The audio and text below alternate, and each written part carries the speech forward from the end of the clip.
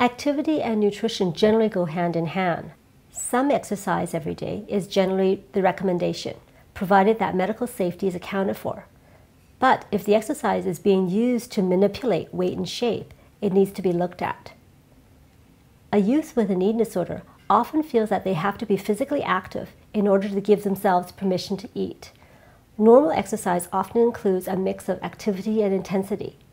There needs to be an assessment of the motivation of whether the exercise is balanced or whether there's an obsessiveness to it. If it becomes all important to the exclusion of other things, then again, it needs to be questioned. Warning signs for unhealthy or exercise addiction would be increased anxiety, sadness, or decreased self-worth for missed workouts. Also, the occurrence of frequent injuries, stress fractures, and continued exercise during those times are big warning signs. Believe it or not, the body is wise. It only selects those functions that are essential for living. The metabolism drops, the body temperature drops, hormones drop, hair falls out, and even the ability to concentrate urine gets diminished.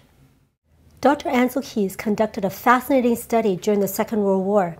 Healthy young men of average weight followed a starvation diet for 6 months with the goal of losing 25% of their body weight. After 6 months of starvation, the men were allowed to eat normally again. During the study, the men found that their hunger increased and they became preoccupied with food and eating. When we starve ourselves or semi-starve ourselves, things change in our focus, behavior, and physical body. In a previous segment, the physical consequences of starvation was discussed.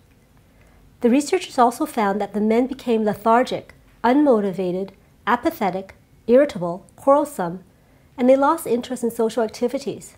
They also spent more time alone. Memory and concentration was impaired too. When the men were allowed to eat whatever they wanted after their starvation period, they ate 2 to 3 times their normal amounts. This increase eventually did subside over time. With bulimia nervosa, semi-starvation still holds true. Metabolism still slows, hormones and periods can still be impacted. Obsessions and thoughts about food and eating are just as strong as someone who's struggling with anorexia or a restrictive eating disorder. There are a number of ways to support your youth at home. One is structured eating and meal support, and second is clear expectations and agreement by all those involved with the teen's care.